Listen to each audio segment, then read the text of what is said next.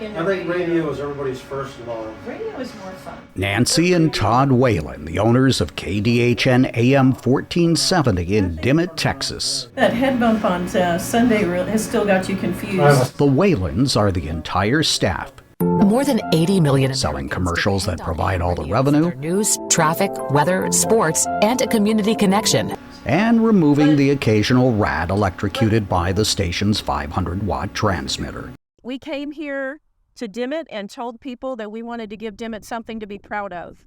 And we feel like what we've done and what we continue to do is to provide that not just for Dimmitt, but for all the small towns in this area that no longer have local radio stations.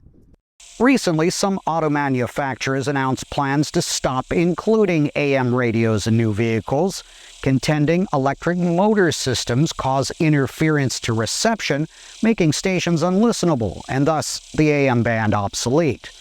Broadcasters and lawmakers, such as Senator Amy Klobuchar of Minnesota, want to require that AM receivers will continue to be installed in all new cars and trucks sold in America. I don't think that they understand how important AM radio is to people today. People like grain silo manager Rodney Hunter. He says news about corn, cotton, wheat, and cattle are critical in KDHN's 160-kilometer radius listening area. I've had at least 3 farmers that called in today and said they heard on the radio that the markets are up, and without AM radio, that would not be possible. A 5-hour drive southeast finds Joanne Wong in Carrollton, tuned into another AM station. She's not a farmer, but a pharmacist, listening to Korean language KKDA AM 730. And then you can get all the information and the highlights and even like K-pop. Station president Stephanie Min Kim says no AM radios in new cars would imperil ethnic broadcasters who cannot afford the limited and more lucrative FM licenses. More than 40% of radio listening is done in the car. So I think AM radio is facing the potentially existential threat. That existential threat also affects another Dallas area station, KHSE AM Radio Caravan.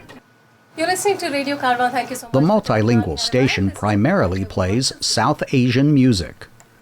Station manager Vaibhav Shet says AM stations are a critical link in the nationwide emergency alert system. Those sirens go off and your regular programming is interrupted, and when there's an emergency, whether it's a tornado warning, whether it's a child abduction, whatever it is that's happening, it goes to the AM frequency. KHSE Wiley 700 AM. Unlike FM band signals, which physics limit to line-of-sight reception, the lower frequency AM signals bounce off the ionosphere at night, giving them a range of hundreds of kilometers.